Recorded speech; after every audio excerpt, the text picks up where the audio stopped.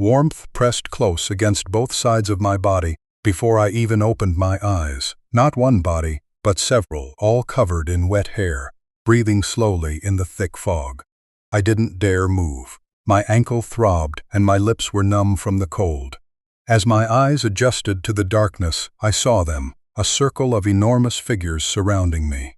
No growling, no claws raised, just the deliberate silence of beings standing guard.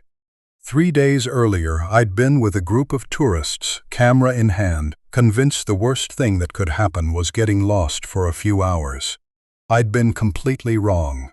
Hello everyone, I'm Victor, and welcome back to our channel.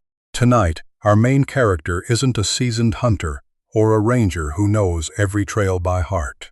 She's an unarmed woman with no survival experience, carrying nothing more than a camera and a heart still trying to heal after her life fell apart. As always, this story has been assembled from several sources, including discussion forums, personal accounts, and long-time Bigfoot research communities, and I invite you to listen with an open mind. If you believe, leave the word Sasquatch in the comments below. Now let's go back to that morning, when Claire Bennett was still standing with the rest of her tour group. Claire Bennett arrived at the ranger station, near the entrance to the Hoh rainforest, while fog still hung low beneath the distant trees. She was 34, with a camera hanging against her chest, and a rented backpack that was much larger than she needed for a day hike. It took only a few minutes for her lack of experience to show. The hip belt had been threaded backward, one shoulder strap hung longer than the other, and her brand-new hiking boots were stiff enough that every step rubbed her heels against the lining. The other 4 tourists in the group were already prepared, talking about trails, rain layers, and hikes they'd done before. Claire stood slightly apart from them, pretending to check her lens so she wouldn't have to admit that she'd never gone deep into a temperate rainforest like this one. Marcus Reyes, the group's guide, noticed almost immediately. He was the kind of man who didn't need to raise his voice to make people listen, calm by nature and always watching each member of the group before they moved. When he saw Claire's backpack pulling unevenly against one shoulder, Marcus walked over, asked permission, and fixed the hip belt for her. He lowered the strap, tightened it just enough to move the weight onto her hips instead of leaving everything hanging from her shoulders. Claire laughed awkwardly and admitted she'd watched 2 instructional videos the night before, but clearly hadn't learned much. Marcus asked if she usually hiked alone. Claire shook her head. She told him this was the first trip she'd booked entirely for herself in years. 8 months earlier, her marriage had ended. Around the same time, the wedding photography work she'd depended on for years had started becoming almost unbearable. She couldn't keep standing behind a camera, watching couples make promises she'd just watched collapse in her own life. She still accepted jobs because the bills had to be paid, but her personal work had been empty for too long. When Marcus asked what she hoped to photograph in the Hoh, Claire looked toward the dark green curtains of moss and said she just wanted to find something real, one image that hadn't been arranged for somebody else. Before they set out, Marcus gathered all 6 people beside the information board and spent nearly 10 minutes going over safety. He reminded everyone not to separate from the group, not to step off the trail, just to get a better picture, to tell him before stopping, and never to rely on sound alone if they became lost. That last point made someone in the group ask why. Marcus explained that the Hoh rainforest could fool first-time visitors in a very specific way. Thick moss covered the tree trunks, branches, and forest floor, absorbing sound far more than people expected. Someone could move only a few hundred yards away and stop hearing voices or footsteps from the group, even though the actual distance wasn't as great as it felt. The first part of the hike was almost perfect. A woodpecker called steadily from somewhere to their right.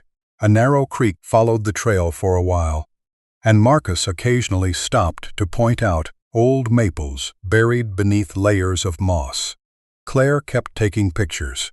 She would stop for a moment, frame a shot, watch the group move several steps ahead, then hurry to catch up.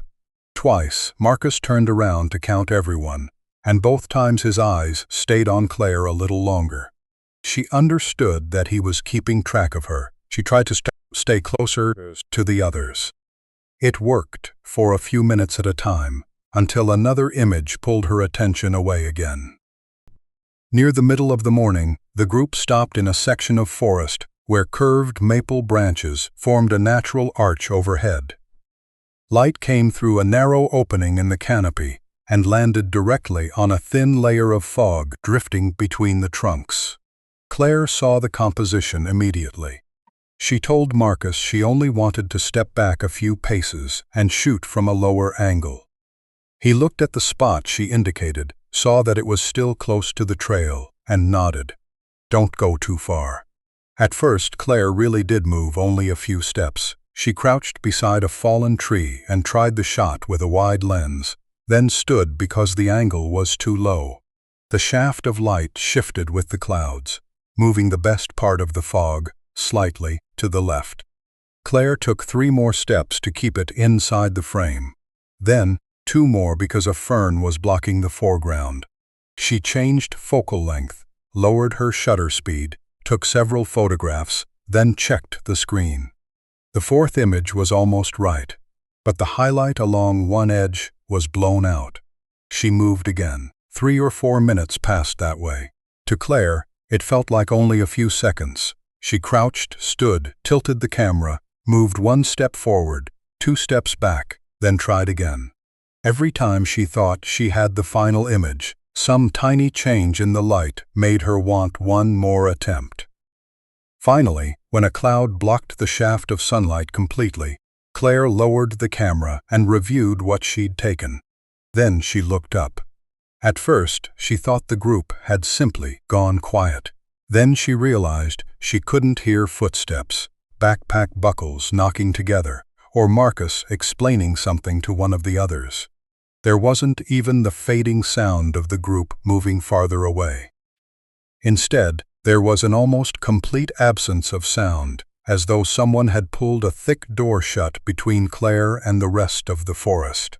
She turned around. The trail should been behind her, but from where she stood, all she could see were moss-covered trunks that looked almost identical.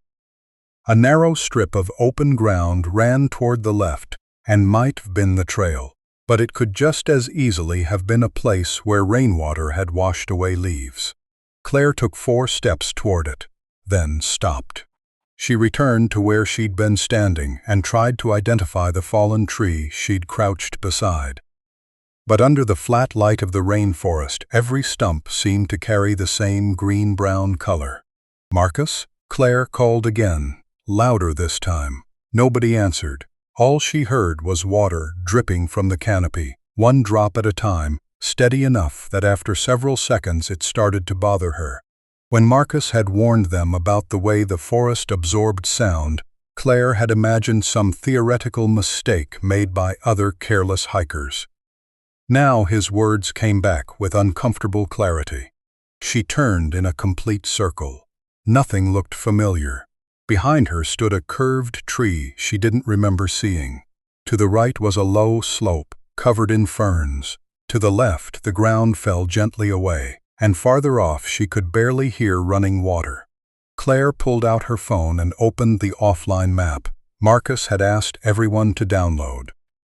The location marker appeared slowly, jumped several times, then settled over a large green area that didn't tell her where the trail was with enough accuracy to trust. She knew she should do something sensible. The problem was that she didn't know what the sensible thing was. Part of her wanted to stay exactly where she was. Marcus counted the group regularly, so he was going to notice she was missing. Another part told her everyone might be only a few hundred yards away, and if she followed the sound of water, the creek could lead her toward a trail or somewhere people passed through. The second idea felt simpler. more active. Most importantly, it meant she wouldn't have to stand there doing nothing while fear slowly took over. Claire called Marcus twice more and waited. No answer came. She checked the time and tried to convince herself that only a few minutes had passed, that there was no reason to panic. Then she chose the downhill direction. Water, according to the very basic logic forming in her head, always moved toward lower ground, and lower ground eventually had to reach a road, bridge, campground, or something built by people. She didn't know that this was the decision that would increase the distance between her and the group faster than any of her earlier steps. At first, Claire still believed she'd find her way back within 10 minutes. She marked one tree by taking a photograph of it, thinking she could use the image later if she needed to retrace her route. After only a few hundred yards, the idea became useless. Giant moss-covered trees formed corridors that looked so similar that even her pictures couldn't give her a clear landmark. Every opening ahead looked as if it might reveal a trail, only to narrow again into ferns, fallen trees, and wet rock. She tried using sunlight for direction. A brighter area appeared to be south, or at least Claire thought it was, but the canopy scattered the light so heavily that its direction seemed to change every time she entered another opening. As she moved lower, the fog thickened and direction became almost meaningless. Claire stopped several times, looked behind her, then realized she was no longer certain which way she'd come from. Her phone became the one thing she kept reaching for. When she left the ranger station, the battery had been nearly full. Now it was dropping faster than she expected. The humidity made the screen slow to respond at times, and the global positioning system kept trying to recover a signal beneath the dense canopy. Claire remembered Marcus telling everyone to keep their phones inside waterproof storage and use them only when necessary. But she'd left hers in a jacket pocket because it was easier when taking behind-the-scenes pictures. She turned off the screen, pushed the phone deep into her pack, and promised herself she wouldn't check it again for at least half an hour. Before leaving the group, Claire had heard woodpeckers, insects, running water, and small movements in the brush. Now there were no birds, no squirrels running along branches, no insects close to her ears, only water falling from leaves to the ground in isolated drops. At first, she thought she was simply paying too much attention because she was worried. After several minutes, the absence became impossible to ignore. About 10 minutes later, Claire saw the first tree with markings that didn't look normal. It stood beside a narrow strip of ground running downhill, the trunk so wide that it might have taken 3 adults to reach around it. 4 parallel scratches ran across the damp bark, beginning roughly around Claire's head height and continuing upward.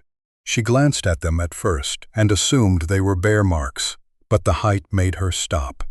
Claire stepped closer. She'd photographed black bears from a safe distance during a project in Oregon and knew they could stand upright and claw trees. But the marks in front of her reached so high that she had to tilt her head back. They were deep, relatively straight, and evenly spaced. There wasn't the messy tearing lower on the trunk she would have expected from an animal climbing or scratching at random. She touched one groove with her fingertips. The bark along the edge was rough, and the exposed wood inside had darkened with moisture. Claire spread her hand against the gaps between the scratches. The 4 marks covered more space than her hand could reach with her fingers fully spread. The gesture didn't help her understand what she was looking at, but it made the marks feel more real. They weren't an image on a screen or part of somebody else's story. Something had made them. Claire stepped back and took 3 photographs, one wide shot, one from eye level, and one using her hand for scale.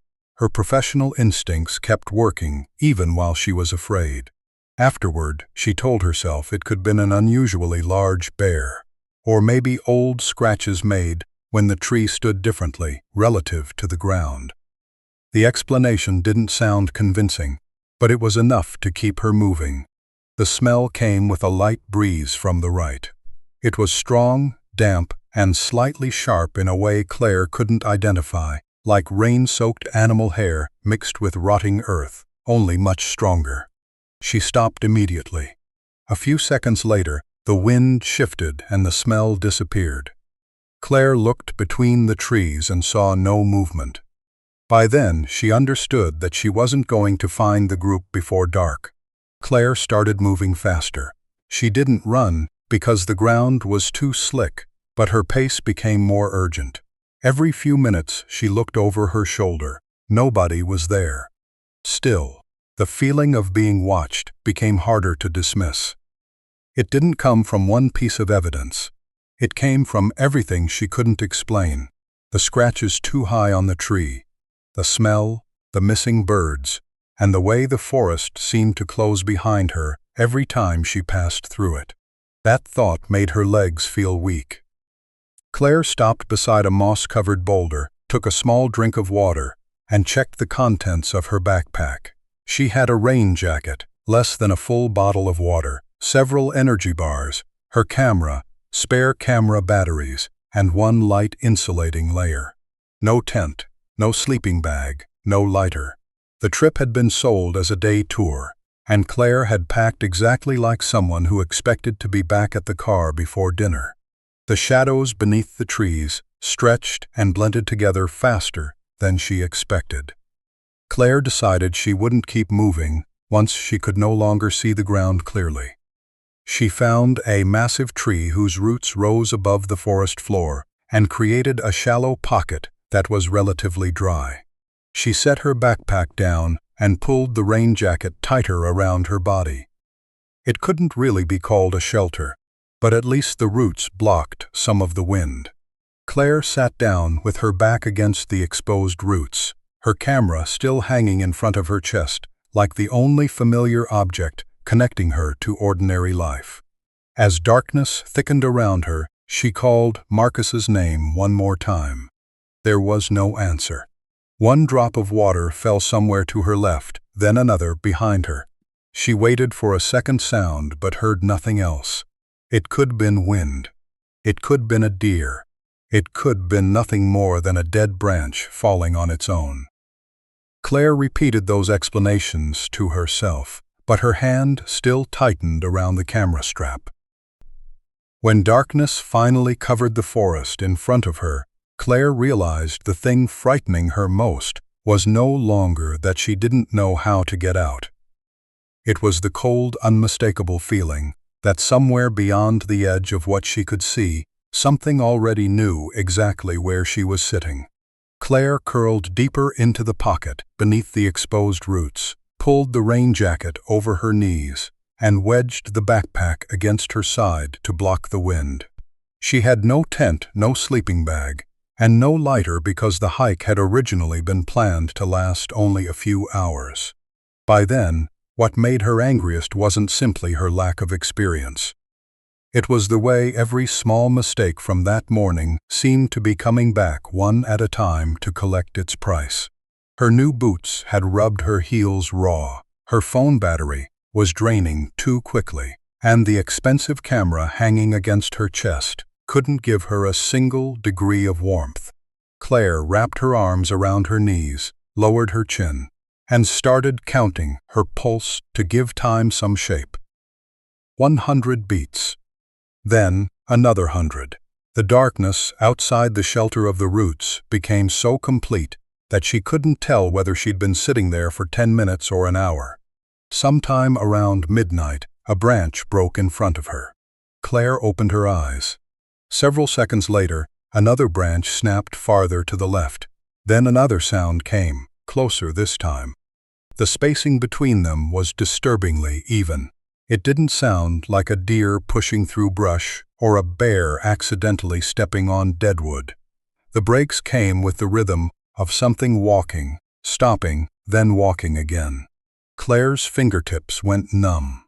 She switched on the flashlight. The weak beam swept across moss-covered trunks, passed over ferns, and stopped on a figure standing about 15 yards from where she sat.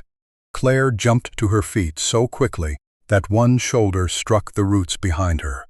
Both hands came up automatically to shoulder level, palms facing forward, a surrender gesture she hadn't had time to think about. The Sasquatch in front of her didn't charge. Bigfoot stood taller than anyone Claire had ever seen. The top of the head nearly reached the lower branches behind him, and the shoulders formed a broad horizontal line beneath thick hair. In the weak flashlight beam, the coat looked gray, mixed with reddish-brown, with wet sections reflecting the light like dark copper. The face remained partly hidden beneath a heavy brow and the hair around the head, so Claire couldn't make out every feature. But she could see that the Sasquatch was standing on two legs, and Bigfoot was looking directly at her. For the first few seconds, Claire couldn't breathe. Every instinct told her to run. But the part of her mind that was still working reminded her that sprinting through darkness across slick moss could leave her with a broken leg before she made it 20 yards. She stayed where she was, both hands still raised, eyes locked on the Sasquatch. Bigfoot didn't move either. No roar, no bared teeth, no pounding against the trees. The Sasquatch simply watched her. Time stretched strangely. Claire could hear the pulse beating in her ears. The flashlight shook in her hand, sending the beam too high and then too low. But every time she brought it back, Bigfoot was still standing there. At one point, the Sasquatch tilted his head slightly to one side, almost as though trying to get a better look at her. That small movement frightened Claire more than a roar would have. It looked deliberate. Bigfoot wasn't reacting like an animal startled by light. The Sasquatch was evaluating her. After several minutes, Bigfoot stepped backward. The Sasquatch didn't turn away. He took another slow step into thicker fog. Every movement was controlled, making almost no sound except the soft compression of wet leaves beneath those large feet. The gray-red hair faded into the mist, and then the entire figure disappeared among the trees. Claire kept the flashlight aimed at that spot for a long time. There was no sound of running, no roar, only fog. She didn't sleep again that night. For the remaining hours, Claire sat tight against the roots with the flashlight resting in her lap. Every time her eyelids started to close, she jerked awake. She was certain the Sasquatch would return. At times, she imagined Bigfoot standing somewhere else beyond the reach of the light. Once or twice, she thought she heard distant breathing, though she couldn't tell whether it was real or the product of an exhausted mind stretched too tight. When the first daylight finally filtered through the canopy, Claire almost cried from relief. She was still there. Nothing had been disturbed around her shelter, and there were no tracks pressed close against where she'd spent the night. But the relief lasted only a few seconds. Now Claire knew something she'd spent the previous evening trying not to believe. A very large Sasquatch had found her. Bigfoot had stood there watching her for several minutes, and then the Sasquatch had chosen to leave. Claire ate half of the energy bar she had left and took only small sips of water. Her whole body ached after spending the night curled against damp ground. Her eyes burned from exhaustion, her hands were cold, and her thoughts moved more slowly than usual. She checked her phone. The battery had dropped low enough that she didn't dare leave the map open for long. There was no signal. She shut the phone off immediately and put it back in her pack. If she was going to find a way out of the forest, she needed to rely on the only thing that still seemed capable of giving her a direction she could follow: running water. Down the slope, Claire could hear a small creek moving steadily through the trees. She remembered the thought she'd had the day before, that water would eventually lead downhill, and lower ground might bring her to a bridge, a trail, or a larger stream closer to people. She still didn't understand that following water had already carried her deeper into the forest, so she continued trusting the idea. Claire put on the backpack, adjusted the straps the way Marcus had shown her, and started downhill. The first unusual object she found was an old wooden stake leaning out of the moss beside the creek. From a distance, it looked like nothing more than a broken branch. Up close, Claire could see that one end had been sharpened into a point with a series of small cuts. The wood had gone gray from weather, and moss had grown partly around the base, which told her it hadn't been placed there recently. But the shape was too regular to have come from a natural break. Less than 30 yards farther on, she found a second sign. Several strands of dry grass had been braided into 3 small bundles. Each one had been twisted around itself several times, then tied around branches on a low shrub. Wind couldn't have done that. An animal brushing past couldn't have made loops that even. Claire raised the camera, moved in close, and photographed every detail. Her hands were trembling slightly, but professional instinct still made her search for the clearest angle and the best available light. When she lowered the camera, Claire looked back toward the creek. The sharpened stake stood on one side. The braided grass bundles were on the other. Farther ahead, 2 more pieces of dry grass hung from a horizontal branch at almost equal distances from each other. A thought began forming that made her feel cold, even though daylight was stronger now. These didn't look like random traces left by one animal wandering through the woods. They looked like markers. She considered leaving the creek.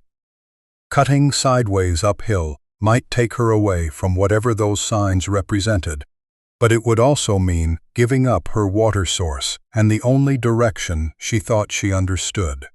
Her stomach hurt from hunger. Her lips were dry. Both legs felt heavy, and her thoughts had started developing short gaps where she had to stop and remember what she'd been about to do. Claire knew she didn't have enough strength left to wander without a plan, so she kept following the creek. Near midday, the sound of water grew stronger. A broad patch of light appeared through the trees ahead, and for one brief moment, Claire thought she had reached an opening that might lead back to a trail. Hope made her speed up. She stepped over a fallen tree, caught a low branch for balance, and started down a moss-covered incline. Her right foot slipped. Claire managed to grab a fern, but the roots tore free from the soil. She fell sideways, one shoulder striking the mossy ground, then rolled down the slope. The backpack twisted her around another full turn before her hip struck a small stump and stopped her. Pain exploded through her right ankle. Claire screamed, but the forest swallowed most of the sound almost immediately. She stayed on the ground for a while, trying to get her breath back. When she tested the ankle, a sharp pain shot up her lower leg. It didn't feel broken, but even placing light weight on it forced her to pull the foot back.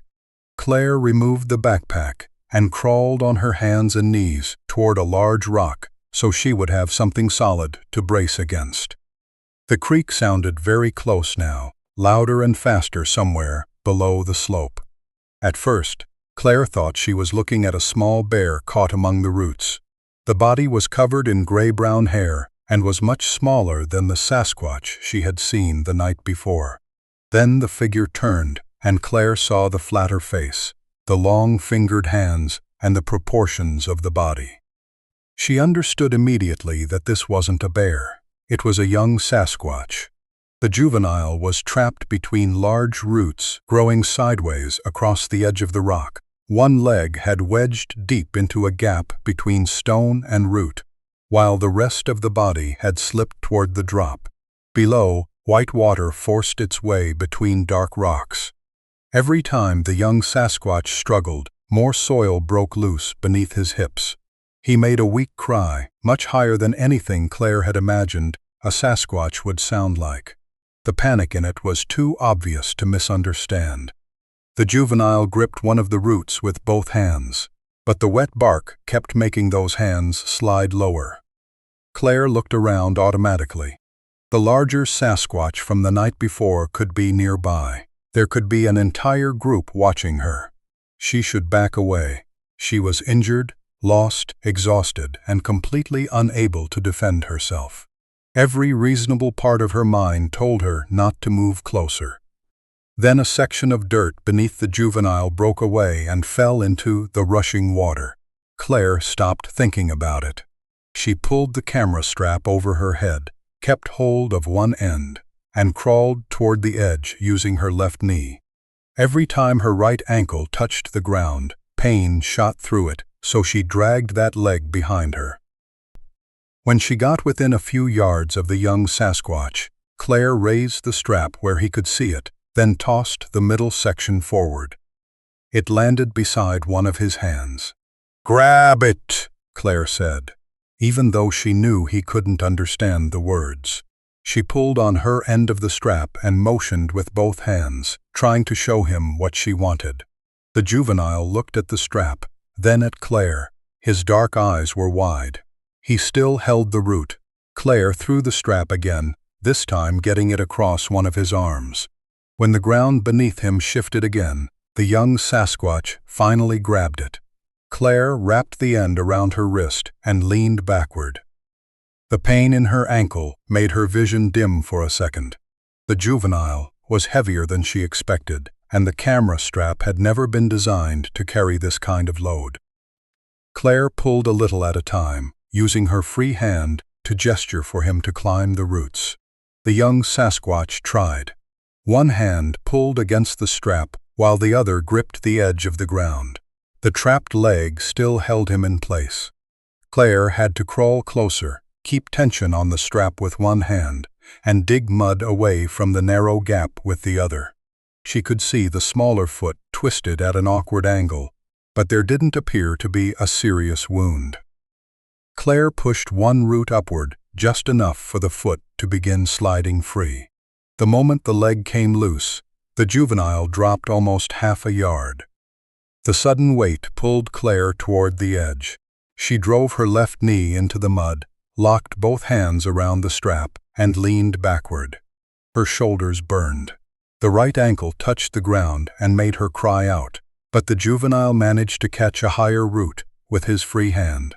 "Come on, come on." Claire didn't know whether she was talking to him or to herself. She pulled again. The juvenile dragged his upper body over the rocky edge, chest first, and finally got both legs onto solid ground. He lay face down, breathing hard. Claire released the strap and dropped backward into a sitting position, her whole body shaking from pain, exhaustion, and adrenaline. She should moved away from him, but her body reacted before her mind caught up. When the young Sasquatch pressed close, Claire put one arm around his shoulders, the same way she had once held frightened children during family photography sessions. Wet, cold hair pressed against her jacket. The juvenile grabbed her sleeve with long fingers and shook against her. A low roar sounded behind her. Claire went completely still. The vibration was deep enough that she could feel it through the ground beneath her hand. The young Sasquatch immediately lifted his head. The fingers holding Claire's sleeve tightened. She didn't turn around right away. Part of her understood that whatever stood behind her might have just seen a stranger with both arms around one of its young. Claire slowly turned her head. A towering figure stood in the fog, less than 10 yards away. Then a second appeared to the left. A third stepped from behind a large tree. Claire saw broad shoulders, long arms, and bodies covered in gray, brown, and dark reddish hair emerging one by one as the mist shifted. 4, 5, maybe 6. None of the Sasquatch rushed her. They stopped in a wide arc, keeping distance between themselves, Claire and the juvenile. A few made low sounds deep in their throats, but the group remained almost completely still. Claire couldn't have run, even if she wanted to. Her right ankle had swollen visibly. Both arms were exhausted, and the juvenile was still gripping her sleeve. One Sasquatch looked older than the others in a way Claire recognized immediately, even though she couldn't have explained it through biology. The hair around the shoulders and head carried more gray mixed with faded red, and the broad face showed darker skin around the eyes and nose. The body was large, taller than most of the figures standing behind, but the movements were slow and controlled, without any sign of hurry. Claire realized she was female. It wasn't one single feature that told her, but the proportions of the body, the chest, and the way the juvenile reacted the moment he saw her. The young Sasquatch made one short call. The older female stopped. Claire immediately loosened her arm around the juvenile to show she wasn't holding him. The young Sasquatch still didn't leave her. He looked toward the older female, then back at Claire, almost as though he wasn't sure which direction he should move. The female took another step. Claire's entire body went cold. She placed both hands on the ground and kept them where everyone could see them. The camera lay beside her, its strap covered in mud. She didn't reach for it. The whole forest had gone quiet. The older female stopped only a few yards away. Her eyes moved over the juvenile first, checking him from head to foot, then lifted toward Claire. Those dark eyes locked directly onto hers. Claire remained seated near the edge, one hand holding the mud-covered camera strap, while the other pressed into the moss to keep weight off her injured ankle. The pain had changed from a sharp stab into a deep pulse that matched her heartbeat. In front of her, the young Sasquatch she had just pulled away from the ravine still held onto her sleeve. Behind him stood 5, maybe 6 enormous figures, forming a wide arc through the fog. None came closer, none roared. It was the order in that silence that made Claire understand she wasn't facing a frightened pack of animals. They were waiting for one individual to decide what happened next. The older female stepped out from the line. Claire immediately saw the way the formation changed. The other Sasquatch didn't crowdfug forward, sniff at her, or circle her the way curious animals might. They stayed where they were and left a clear path for the female to approach. Claire knew nothing about the social structure of beings like these, but years of photographing people had taught her to notice what nobody needed to say. Who others made room for, who could quiet a room just by moving, who didn't need to hurry because everyone else was already watching. Claire had no doubt. This was the leader. In her own mind, Claire began calling her the Elder. She didn't know the Sasquatch's real age, but the gray-red hair around the shoulders, the darker lines around the eyes, and the way the female carried herself gave Claire the impression of someone who had lived long enough to stop proving strength to anybody. The Elder approached slowly. Each foot landed flat against the ground and made almost no sound. When she came within a few feet of Claire, the Elder stopped. Then she did something Claire never expected. She lowered herself. It wasn't a quick bow or a posture preparing to charge. The Elder bent her knees and lowered her massive body until her face came close to Claire's eye level. The movement made the broad shoulders and chest seem smaller in Claire's field of view, reducing some of the overwhelming difference in size. Claire had watched people do the same thing with children who were afraid of cameras, kneeling down so they wouldn't tower over them. The comparison came so quickly and felt so impossible that Claire almost forgot to breathe. The Elder looked at the juvenile first. One large hand reached out and touched his head and shoulder gently, checking him quickly like a mother, making sure her child hadn't been hurt. The young Sasquatch made 2 small sounds deep in his throat, then finally let go of Claire's sleeve and crawled toward her. Only after the Elder seemed satisfied that the juvenile could stand did her eyes move down to Claire's swollen right ankle.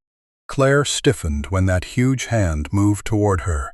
The fingers were longer and thicker than those of any man she had ever met. Gray-red hair covered the back of the hand, while the palm was dark and nearly hairless. Instinct told Claire to pull her leg away, but even moving it a few inches would send pain through her ankle, and beneath the fear was another instinct holding her still. If the Elder had wanted to hurt her, she wouldn't have needed to lower herself. she wouldn't have waited. And she certainly wouldn't have reached toward Claire this slowly. The elder's fingertips touched just above the swollen ankle. The pressure was so light that Claire felt warmth more than weight. She didn't squeeze. She didn't twist. The hand moved slightly along both sides of the injury, as though checking the area, then stopped the instant. Claire sucked air through her teeth. The elder pulled her hand away immediately. The movement was almost exactly the same as the way Claire had checked the juvenile's trapped foot near the ravine. Touch. Watch the reaction. Stop before causing more pain. A short, low sound came from the elder. It wasn't loud, but the entire arc behind her responded. The two nearest Sasquatch stepped back, then the others followed, widening the space around Claire. There was no argument and no delay. One signal was enough to change the position of the entire group. Claire looked from the elder to the figures standing behind her, and for the first time, the fear inside her began to change shape. She was still afraid, but it was no longer entirely the fear of something wild and unpredictable. In front of Claire was a community with order, with young, with a leader, and with rules she didn't yet understand. The elder stood back up, and Claire had to tilt her head to take in the full height again.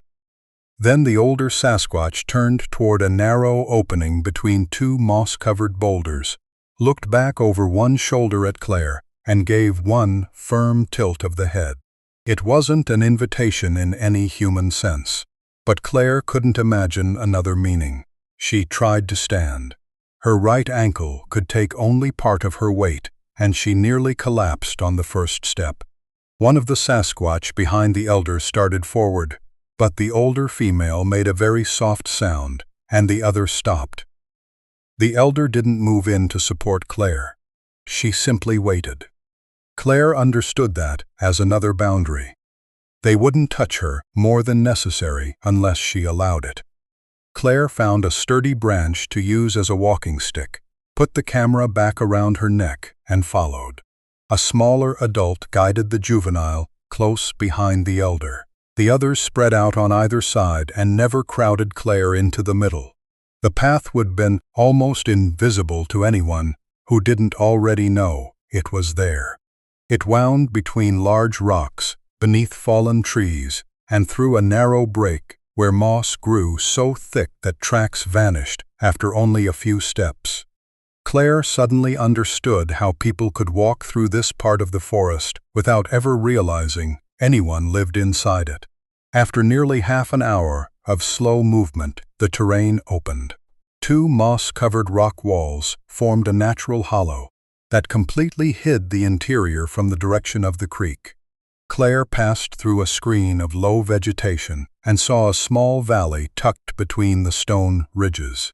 It wasn't large, maybe about the size of a big campground, but several low structures made from branches, bark, and pieces of animal hide rested beneath the rock walls. In the center, a small fire pit still held glowing coals, with a thin ribbon of smoke rising into the fog. The elder led Claire to a relatively level patch of ground near the edge of the valley and signaled for her to stop there. While the older female exchanged short, low sounds with two other Sasquatch, Claire leaned on the branch and tried not to stare too openly. But years behind a camera had trained her to scan any space before deciding what deserved attention. That habit was what made her eyes stop on a shallow rock recess to the right. Something inside it didn't belong there. At first, Claire saw only a patch of faded blue-gray beneath dust and dry moss. When she looked closer, she realized it was weathered tarp material, folded over several times. Beside it lay a length of pale nylon rope, frayed at one end, the kind she'd seen in older climbing gear. Farther inside the recess, partly hidden beneath the fabric, was a strip of orange that had faded almost to silver white. Claire took half a step toward the opening. She had no intention of touching anything. She only wanted a better look. If those items belonged to people, then someone else had been here before. And if another person had reached this place, maybe that person had known a way out. The thought gave Claire such a sudden rush of hope that for a moment she nearly forgot everything else around her. The elder had noticed where Claire was looking. The sound she made wasn't loud, but it was completely different from the signals Claire had heard before. Low, hard, and cut off sharply. Claire stopped. The older Sasquatch stepped directly between her and the rock recess, using her enormous body to block the entire view. Those broad shoulders covered the faded orange strip like a door closing. Claire instinctively backed up half a step. The relief she'd felt only seconds earlier disappeared and was replaced by a new kind of fear. Those objects couldn't have arrived in the valley on their own. Someone had carried them there, or the tribe had taken them from somebody who'd once been here. A searcher? A ranger?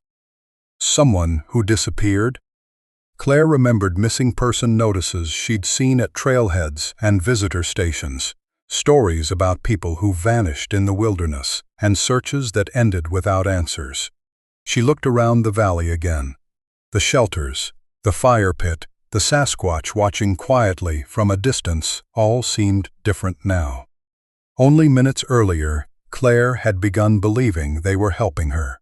Now another question worked its way into every thought. Had someone else been brought here the same way? Had that person sat beside this fire, looked at these same rock walls, and believed they would eventually be taken home? After a moment, the elder extended one hand. Claire flinched slightly, but the hand didn't reach for her neck or shoulder. Instead, the older Sasquatch gently took hold of the sleeve near Claire's wrist, using only enough pressure to draw her attention without squeezing. The elder turned Claire away from the rock recess. When Claire looked up, something in the older female's expression had changed. The elder pulled her hand once more, lightly, then let go.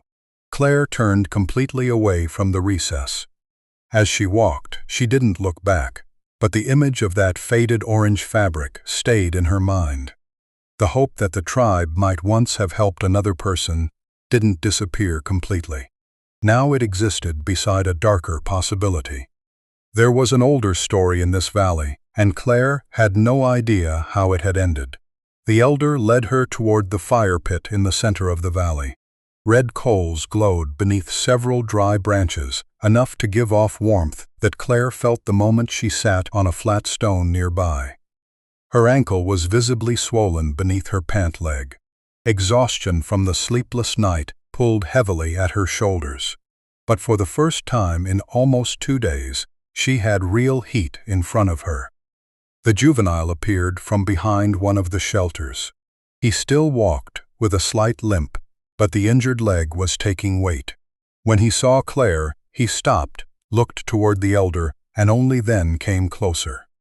The young Sasquatch reached out and touched the back of Claire's hand with one fingertip, so quickly it felt almost like a test, then immediately stepped away. Claire didn't grab him. She simply kept her palm open. The juvenile watched for another second, then pressed against the leg of another female standing behind him. Firelight brought out details on the elder's body Claire hadn't seen before. For the first time, she noticed that the hair over the older female's left shoulder grew in a different direction along one long line. When the elder turned, the light reached the skin beneath the hair and revealed a scar running diagonally from near the shoulder down across the upper arm.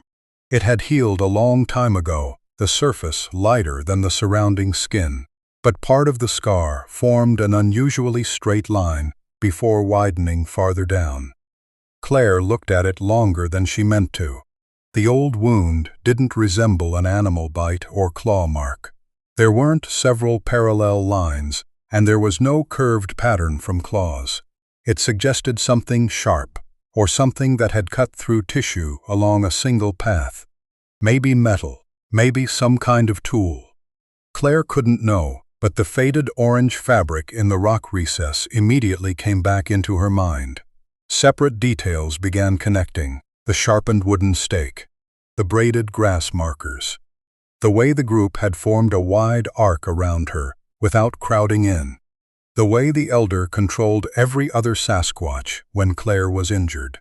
The hidden recess containing human belongings. The old scar. Together they suggested a community that wasn't unfamiliar with people, but had no reason to trust them. Claire began to understand that the tribe's caution might not come from aggression at all. It might come from memory.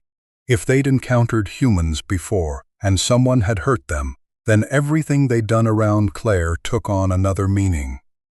The Sasquatch in the fog the night before could have approached her but chose to watch instead.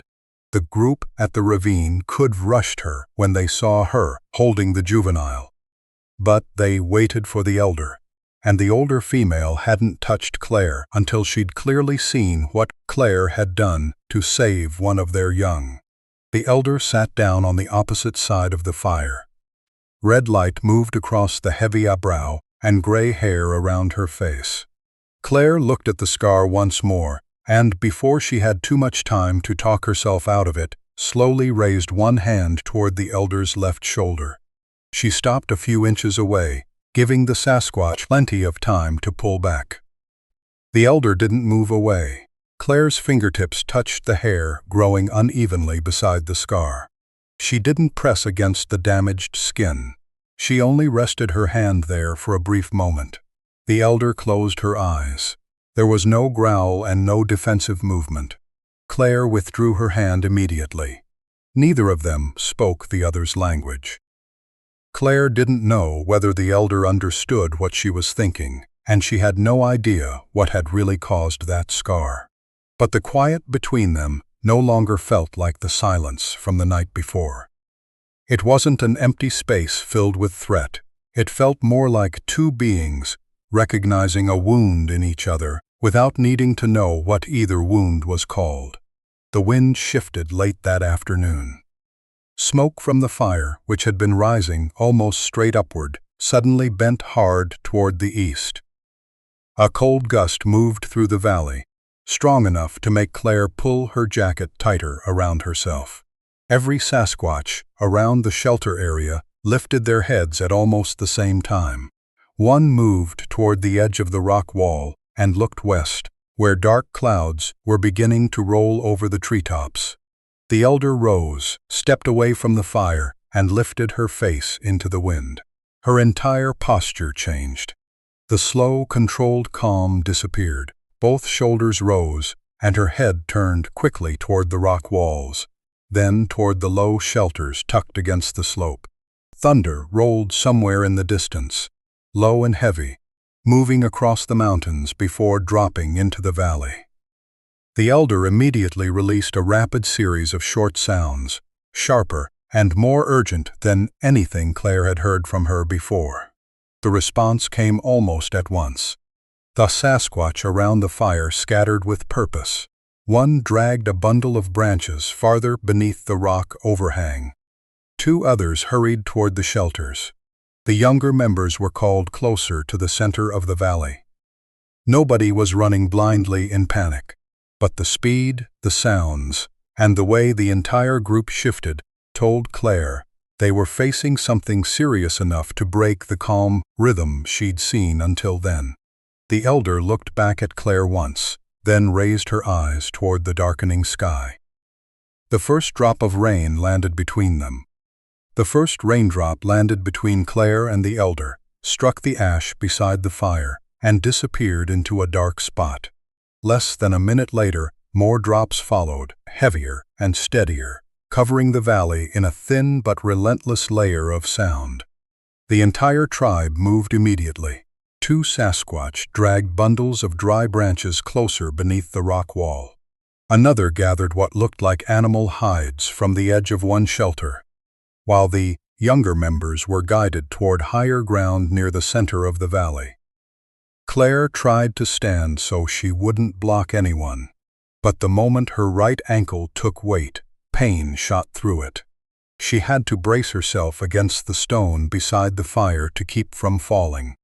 The rain didn't come down hard at first. What made it dangerous was how steady it was.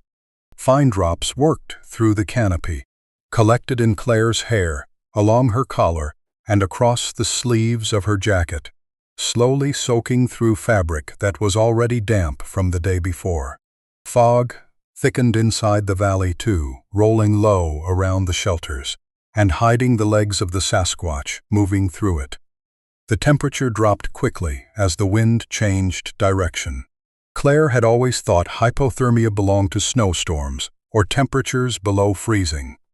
But in a Pacific Northwest rainforest, wet clothing and cold wind could pull heat from the body much faster than she'd ever understood. At first, she only shivered. Claire folded her arms across her chest and told herself it was a normal response after almost 2 days, without real sleep, too little food, and too much time in the cold. About 20 minutes later, the shaking became violent enough that her teeth knocked together. She couldn't hold the rough cup of water one Sasquatch placed beside her without spilling it. Her fingers felt clumsy and moved slower than her thoughts. When Claire tried to pull the zipper of her rain jacket higher, it took 3 attempts just to fit the 2 pieces together. The elder looked back at Claire while directing the others as they reinforced the shelters. Her eyes stopped on Claire's shaking hands, then moved to her face. The older Sasquatch came over faster than usual. Claire tried to say she was fine, that she only needed to sit closer to the fire for a while. But the first word came out wrong. Her tongue felt stiff, and her lips were almost completely numb. The sentence dissolved into slurred sounds that made Claire frown, as though she were hearing someone else speak. The elder immediately placed one hand against Claire's cheek. The palm felt so warm that Claire jerked slightly, not because it hurt, but because the temperature difference was so extreme. The older female held her hand there for 2 seconds, then gave one short, low sound. The 2 nearest Sasquatch approached. One brought another dry hide from inside a shelter. The other sat down on Claire's opposite side, blocking the wind, coming through a break in the rocks. Nobody touched her right away, but the protective space around her clearly tightened. Claire tried to focus on the fire.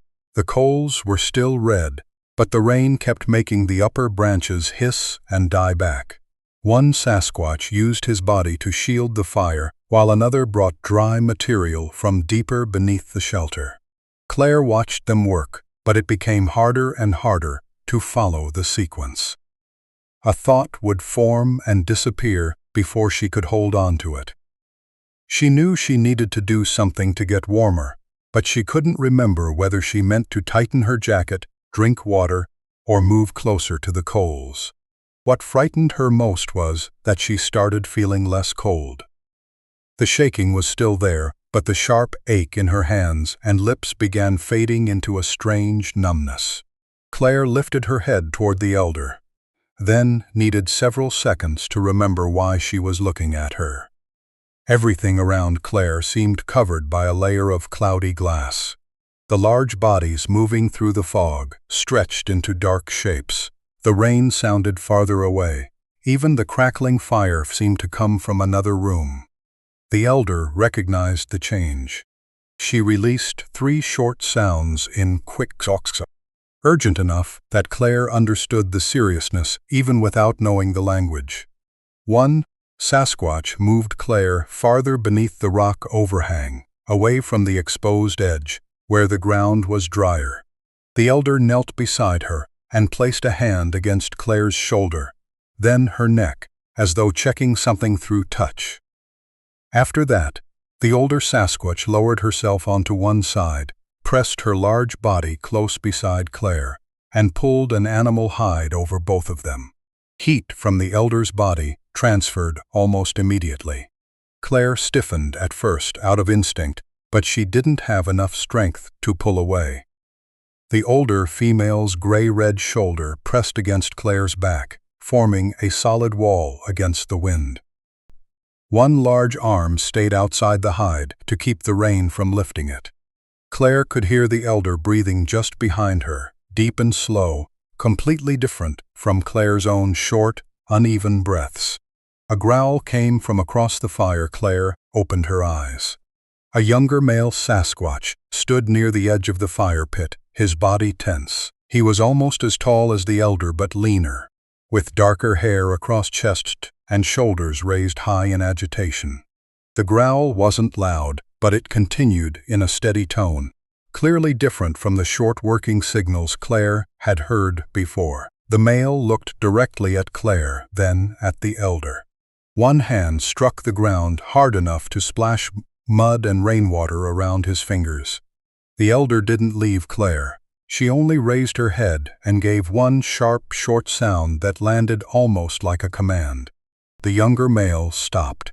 He answered with a lower series of sounds, stepped half a pace closer, then stopped again when the elder repeated the signal more forcefully.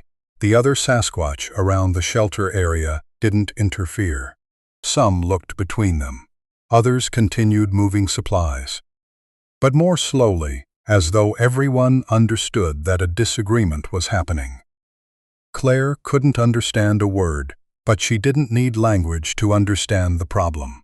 She was lying in the middle of a community fighting rain, cold, and an approaching storm.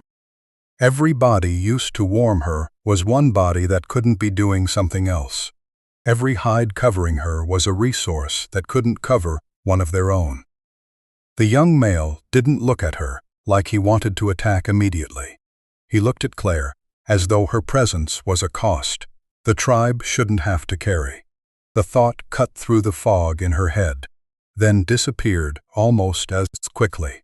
Claire tried to sit up to prove she didn't need them, but her body wouldn't cooperate. The moment she braced one elbow against the ground, her arm began shaking violently. The elder placed a hand against her shoulder and gently lowered her back down. The young male growled again, quieter now but more persistent. The elder still didn't turn fully toward him.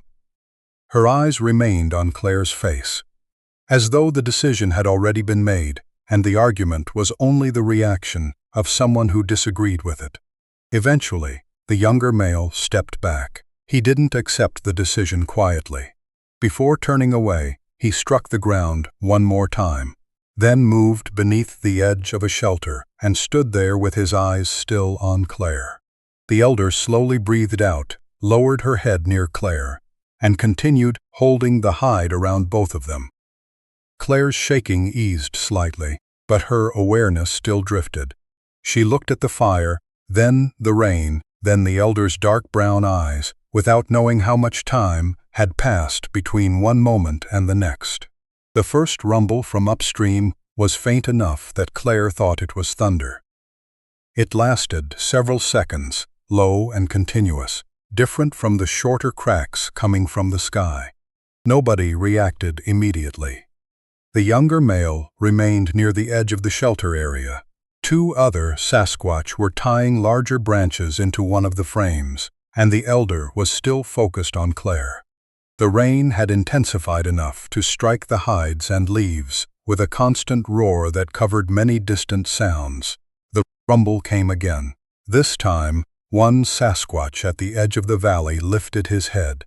He stood upright, turned toward the small creek, and gave a warning sound.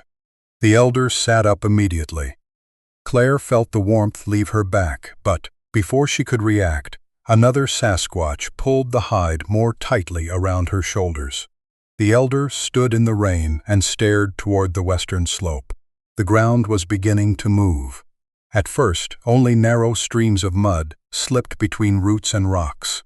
Rainwater carried reddish-brown soil down the slope, forming small channels that ran into the valley. Then a wide section of moss higher up broke free, slid several yards, and caught against a tree trunk. The rumbling Claire had heard wasn't thunder. The waterlogged hillside itself had started shifting under its own weight. The elder released a rapid burst of sounds. The tribe changed instantly. Whatever disagreement had happened only minutes earlier vanished beneath the larger threat. The younger male rushed toward a low shelter near the edge, lifted a bundle of branches, and threw it onto higher ground. Two other Sasquatch moved the young away from the base of the slope. One female held a smaller juvenile against her chest, and ran toward a more stable section of rock. Claire tried to stand, but her head spun. Her ankle hurt, her knees were weak, and every step seemed to require several separate commands before her body obeyed. One Sasquatch gently took her arm and guided her onto a higher shelf of ground near the fire pit. She wasn't afraid of the contact anymore. What frightened her was the growing sound of earth and stone above them, mixed with the sharp cracks of roots being pulled apart underground. A larger flow of mud slid down the left side of the valley and struck the rear of one shelter. The structure leaned hard. A supporting branch on one side tore free from the ground, dropping the low roof nearly half a yard. One Sasquatch rushed toward it and pulled something from underneath, but then a cry came from inside. Claire recognized it immediately. The juvenile. The high, short, panicked sound was almost identical to the cry she'd heard beside the ravine the day before. Claire turned toward the leaning shelter.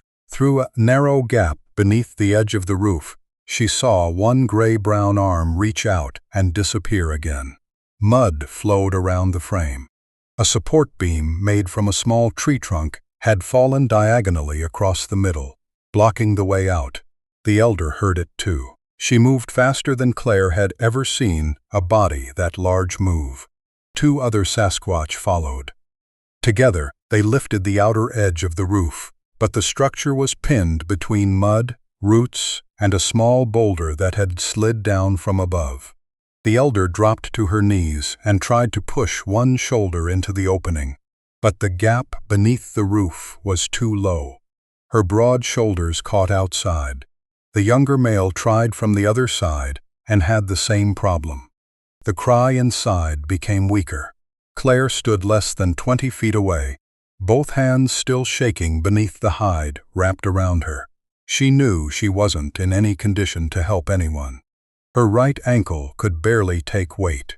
Her lips were numb, her thoughts were still slow, and her body hadn't fully recovered from the cold.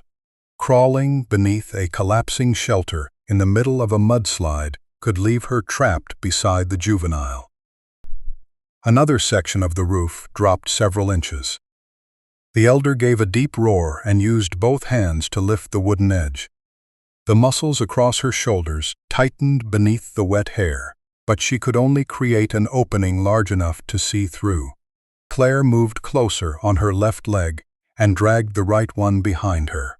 One Sasquatch started to stop her, but the elder saw Claire approaching and gave no signal to interfere. Claire lowered herself toward the gap. In the darkness beneath the roof, she could see the young Sasquatch lying on his side. A heavy beam crossed the lower part of his body. It hadn't crushed him completely, because one end was still caught against the frame, but it held him firmly in place. Water and mud were pouring across the floor. The juvenile tried to push against the beam with both hands, but they kept slipping. The opening beneath the roof was barely higher than Claire's shoulders. If she lay flat against the ground, she understood before anyone had to gesture. The elder was too large. The younger male couldn't fit either. Neither could any of the other adults. Claire was the only one there, small enough to crawl through the opening. The elder looked inside, then turned toward Claire. There was something in those eyes Claire hadn't seen before. It wasn't the authority of a leader, and it wasn't the caution of a Sasquatch who had once been hurt by humans. It was helplessness. The elder had enough strength to lift branches Claire could never move, but that same enormous body kept her from getting even one more foot closer to the trapped juvenile. Claire remembered the elder's hand against her cheek when she'd been too cold to speak. She remembered that huge body lying beside her to share warmth, while another member of the tribe objected. She remembered the juvenile gripping the camera strap beside the ravine, then touching one fingertip to the back of her hand beside the fire. There wasn't time for a careful calculation of risk. The hillside rumbled again. Claire pulled the animal hide from her shoulders. One Sasquatch made a short sound behind her, but she didn't turn around. Claire lowered herself to her knees, and the pain in her ankle made her entire body tighten. Both hands pressed into cold mud. She lowered her chest toward the ground and tested the opening beneath the roof with one shoulder. Just enough room. The elder was still holding the edge of the roof with both hands. Claire looked up at her rain-covered face. Neither of them could say anything the other would understand. But Claire could see the fear in the elder's eyes, and something that looked almost like a plea from someone who had no right to order her forward. Another stream of mud poured behind the shelter. The wooden frame groaned. Claire lowered herself completely onto the ground, pushed one arm into the darkness, and started crawling. Her hands dug into the slick mud and pulled her forward inch by inch. Cold water soaked through her clothes. Her chest pressed against the ground, and the injured ankle dragged behind her like a block of pain. Inside the shelter, the juvenile's cries were getting weaker. Behind Claire, the elder released a long sound that broke apart beneath the rain and the grinding earth. Claire couldn't understand a single word, but she knew exactly what it was. A desperate plea. Claire crawled deeper beneath the collapsing roof, her chest pressed against cold mud and both elbows dragging her forward inch by inch. The darkness inside was thick, broken only now and then by gray light slipping through the gap behind her. The smell of wet earth, rotting wood, and soaked hair filled the space so completely that it was hard to breathe. Every time another section of mud shifted outside, the entire shelter trembled and gave a low wooden groan that made Claire feel as though she were crawling inside something about to close around her. Her injured right ankle dragged behind her, sending pain through the leg so sharply that several times she had to stop and clamp her teeth together to keep from crying out. The juvenile was directly ahead. Claire could make out only one shoulder and one arm in the dim light. A small tree trunk lay diagonally across the lower half of his body, one end caught against the frame on the left, while the other had been forced down by mud and rock. The young Sasquatch wasn't struggling as hard anymore. The cries were short and weak now, with longer pauses between them. That quiet frightened Claire more than the noise had. She crawled closer, placed both numb hands beneath the beam, and tried to lift. The wood shifted slightly, then dropped back into place. Claire changed position, planted her left knee into the mud, worked one shoulder beneath the trunk, and pushed upward with her back. The right ankle touched the ground and sent pain all the way into her hip, but this time the beam lifted higher. The juvenile tried to pull free, moved only a few inches, then got caught again. Claire looked down and saw a smaller branch wedged beneath the beam. She reached into the mud, found the end, and twisted it sideways. It came loose suddenly, and the heavier trunk dropped a little farther. The juvenile cried out. Claire immediately drove her shoulder upward, clenched her jaw, and pushed again. Her whole body was shaking from cold and exhaustion, but the opening beneath the beam became wide enough for the young Sasquatch to start crawling. One arm came free, then a shoulder, then his head. Claire grabbed the hair near his shoulder with her left hand, while keeping the beam raised with her right. Mud flowed around her elbow. Behind them, something cracked. The roof dropped several inches. Claire knew she only had a few seconds. Keep going. The juvenile pulled half his body free. One hind leg was still trapped. Claire had to release the beam for 1 second, grab the ankle, and twist the leg out of the narrow gap. The heavy wood fell the instant the foot came free. The juvenile rolled to one side, gasping. Claire only had time to understand that he was out before she braced both hands against the ground and tried to turn herself toward the opening. At that exact moment, something broke loudly behind her. The rest of the roof collapsed. Mud and branches poured through the space, where Claire had been kneeling only a second earlier, sealing off the inside of the shelter. The impact shoved her forward. The juvenile cried out and grabbed Claire's sleeve. The opening to the outside was shrinking fast. Claire pulled the young Sasquatch toward her, but her arms had almost nothing left. Another piece of the roof dropped and blocked half the remaining light. Then an enormous arm reached inside from outside. The hand grabbed the juvenile by the shoulder first and pulled him through the gap. Claire watched the young Sasquatch disappear from her grip. Then the arm returned, searching through the darkness until a huge hand closed around Claire's forearm. The pull was so strong that her entire body slid over the mud as though she weighed almost nothing. She came out from beneath the structure, just as the rest of the roof collapsed behind her. Claire fell onto the cold mud, face turned to one side, unable to catch her breath. The rain had started easing.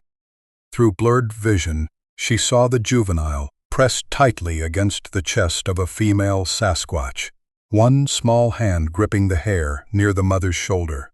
Once Claire knew he was alive, she let her head fall back and lost consciousness. When Claire woke the first time, she had no idea how long she'd been lying there. The only thing she understood was warmth. It wasn't coming from a fire. It pressed against both sides of her body, behind her back and near her legs, as though she were inside a living room made entirely of enormous bodies. Her eyes were barely open. Fog and darkness blended together. Slow, deep breathing surrounded her, sometimes joined by soft sounds deep in the throat. Claire didn't move. Her ankle still hurt, her lips were numb, and her head felt heavy. But the cold wasn't cutting into her anymore. As her vision adjusted, she began to make out the outlines of fur-covered bodies around her. One Sasquatch lay close on her left. Another rested behind her. Two more figures were near her legs. The elder was closest on the right, one massive shoulder pressed against Claire beneath the animal hide. The scene should look like a nightmare, but Claire no longer saw the circle as something trapping her. She understood what they were doing. They were keeping her alive. For the rest of the night, Claire drifted between sleep and awareness. Sometimes she heard the rain weakening against the leaves. Sometimes she felt a hand pull the hide back over her shoulder after it slipped. Once, the juvenile appeared just outside the circle, made a small sound, and was gently led away again. Every time Claire started shaking harder, one of the bodies around her shifted closer. Time was measured only by the steady breathing surrounding her. Claire, who had spent the first night awake because she was terrified of one Sasquatch standing beyond the fog, now slept among an entire tribe without believing they meant her harm. When the first light of dawn began filtering through the mist, a hand touched Claire's shoulder gently. She opened her eyes. The elder was kneeling beside her, face visible in the gray light.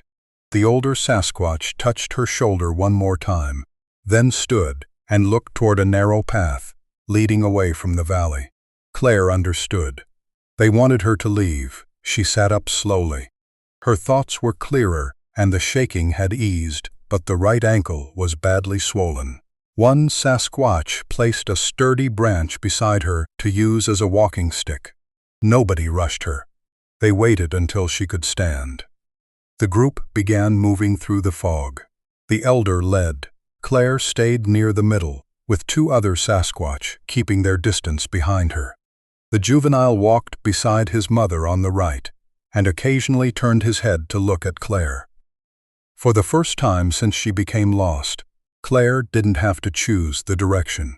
The relief was so strong she nearly cried. The route they took looked nothing like the path into the valley. It curved around rocky outcrops, passed beneath fallen trees, and repeatedly avoided easier ground. The group changed direction through areas that didn't hold tracks well. Claire began to understand that they were making sure she couldn't remember the exact way back. The hidden recess, the faded orange fabric, and the scar across the elder's shoulder made that caution easier to understand. It was part of how they survived. They moved slowly because of Claire's ankle. Every time she stopped, the elder stopped too. At one point, the younger male who had objected to helping her appeared farther back in the group. When Claire slipped on a wet fallen tree, he held a branch steady so she had something to grab, then immediately continued walking. After more than an hour, the sound of water grew into the heavier rush of a wider stream. Claire started hoping search and rescue might be working along it. The elders slowed down. The others did too. Claire felt the formation begin to change. The distance between members increased. One Sasquatch turned left and disappeared among the trees. Another stopped behind them. Claire understood that they were approaching a boundary the tribe didn't want to cross. Then, very far away beneath the sound of water, another sound reached her. Claire! She stopped immediately. At first she thought she'd imagined it. After 3 days of water, rain, and low Sasquatch vocalizations, the sound of a human voice almost didn't seem real. Claire! Claire Bennett! It was Marcus. Claire turned toward the elder. The Sasquatch remained still and looked forward. The entire group stopped at the edge of dense brush, less than 200 yards from the larger stream. Nobody moved any farther. Through the branches, Claire could see flashes of bright color moving in the distance, probably jackets worn by the search team. She wanted to yell immediately, but at the same time, leaving suddenly became difficult. For 3 days, all Claire had wanted was to go home. Now that the way out was directly in front of her, she felt as though she were leaving a place that had seen her without demanding any explanation. Claire turned and looked at each shape standing in the fog. The juvenile was beside his mother. The younger male stood farther back, half hidden by the trees. The other Sasquatch remained silent among the moss. Finally, Claire looked at the elder. The older female stepped forward. Claire didn't back away. They stopped less than an arm's length apart. The elder studied her for a long time, eyes moving from Claire's face to the injured ankle, then back to her eyes. No sound passed between them. The elder lifted one hand and rested it lightly against Claire's shoulder. The gesture lasted only a few seconds. There was no pressure holding her in place, and no push telling her to leave. It carried the same gentleness Claire had shown the juvenile beside the ravine. The simple reflection of that gesture tightened Claire's throat. She placed one hand over the back of the elder's enormous hand for a brief moment. "Thank you," Claire said. The elder couldn't understand the words, but she didn't pull away immediately. Then the older Sasquatch released Claire, turned, and walked into the fog. The others followed. None looked back. The juvenile was the last figure Claire saw. Smaller than the others, he disappeared behind a moss-covered tree. In less than a minute, the forest in front of Claire was empty. The voice called again. "Claire!" This time she answered, "I'm here." Her voice came out hoarse and weak, but it was enough. The human voices changed immediately. Someone shouted back. Fast footsteps moved across the rocks, and a rescue whistle sounded 3 times. Claire tried to move toward the stream, but after only a few steps her legs weakened. She sat beside a boulder and leaned against the cold stone. Marcus was the first person through the brush. His face looked hollow from lack of sleep, and his rain jacket was covered in mud. He ran toward Claire and dropped to his knees in front of her, but stopped himself from hugging her because he was afraid of hurting her. Claire, oh my God. 3 members of the search team came behind him with Ranger Dana Whitfield. Dana checked Claire's pupils, temperature, ankle, and orientation before asking questions. Claire was able to give her name, the current day, and a general idea of where she was. She said she'd become separated from the group, followed water, fallen, and sheltered beneath rock. Every word was true. It just wasn't the whole truth. Marcus asked how she'd survived the cold. Claire looked toward the forest behind him. "There was some shelter from the wind," she said, "and I got lucky." They wrapped Claire in a thermal blanket, stabilized her ankle, and gave her warm water. Dana searched the immediate area and returned looking confused. Near the brush were several large prints blurred by rain, but clearly different from the rescue team's boots. Some were unusually long and broad and followed a two-legged sequence. Dana photographed them, took measurements, and recorded the coordinates without offering a conclusion. Another search team member found several long strands of gray-red hair caught on the shoulder of Claire's jacket. Dana collected some in a sample bag. Claire watched, but said nothing. When the team turned away to organize equipment, she touched the inside of her collar and felt a smaller clump still caught in the seam. Claire quietly pulled it free.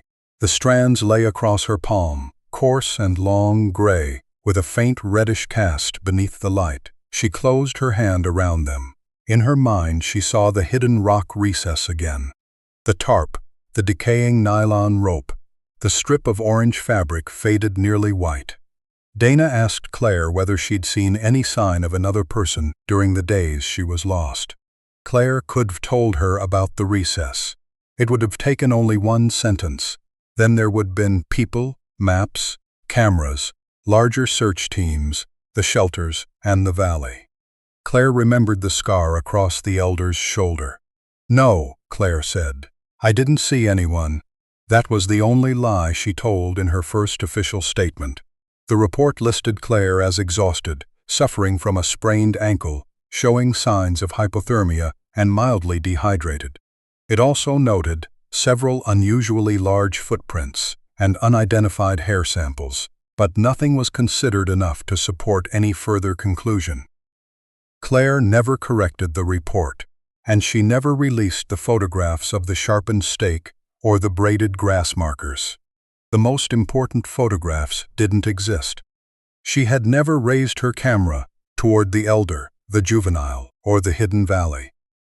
Claire herself couldn't say whether that came from fear, respect, or the fact that somewhere during those 3 days she had learned there were boundaries nobody needed to explain. Several months later, Claire returned to work. But she took fewer wedding contracts and spent more time on personal projects about people living through loss and moments that didn't require anyone to pose. The divorce still hurt, but it was no longer the only thing defining her life. Inside a desk drawer, beneath several old memory cards, Claire kept a small envelope. Inside were the gray hairs with a reddish cast that she had hidden in her palm while the rescue team helped her out of the forest. She never had them tested. She didn't send them to a laboratory, didn't post them online, and didn't contact any Bigfoot research group. Claire understood that those hairs might be the only thing she possessed capable of turning her story from memory into a hunt for proof. That was exactly why she refused to use them to prove anything. Some nights, Claire opened the envelope and looked at the strands beneath the light from her desk lamp. Then she remembered the warmth of those bodies surrounding her. In the fog, the elder's hand on her shoulder, the juvenile beside the ravine, and that faded orange fabric inside the hidden rock recess. Claire never learned who those belongings had come from. She didn't know whether that person had been rescued, walked away, or never returned, and she decided not to search for the answer.